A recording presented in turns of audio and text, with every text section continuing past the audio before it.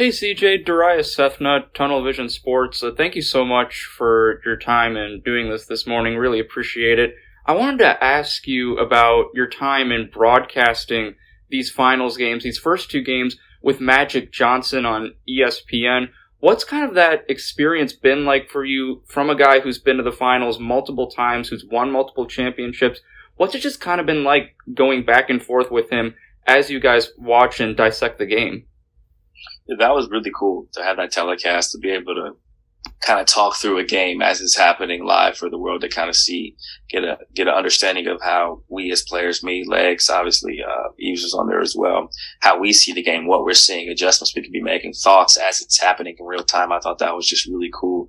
And I'm thankful to be a part of it. The interview side of it was awesome because I got to spend some time with Magic, earlier in the summer. And we just kind of sat down, talked, we had dinner, and was able to ask him questions about the business realm, how I can become better in that field. And we're going to spend some time together in LA, as he referenced, on the telecast, but more so his knowledge as a basketball player, right? Like, how did he become who he is? What does it take to get the best out of your teammates? You know, you were a rookie playing with Kareem. What was that like in terms of facilitating an offense, running an offense, shooting versus passing? What to do in the fourth quarter, what things should I be looking for as the game kind of progresses, leadership qualities, what does that look like? I think that's the cool part of being able to talk to someone like Magic, because he's willing to open up not just on the business side, but also on the basketball side. And as a player, you're always striving to get better. There's always little things I'm working on, little nuggets I'm trying to take away from people, especially the greatest players that play the game. So we'll have more conversations as the summer progresses.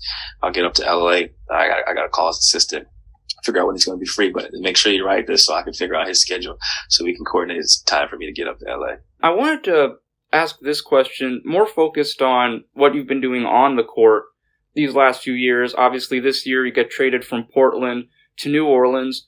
Throughout all your years in Portland, CJ, what were some of the main lessons you learned from guys like Damian Lillard, Terry Stotts, Yusuf Nurkic? What are some of those lessons you learned in Portland that now you have taken to New Orleans and have used as one of the main leaders of this young Pelicans team?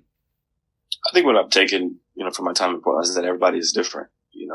How you lead, how you follow, the type of advice you give, whether it's constructive criticism or not, is received differently from each person. So you got to kind of figure out the personalities. But I think the biggest thing is developing relationships, right? You should have a relationship with each player, and each relationship will be different. Some people you go out to eat with, some people you just kind of talk to as working friends, which is similar to what you guys probably go through in your day-to-day jobs, right?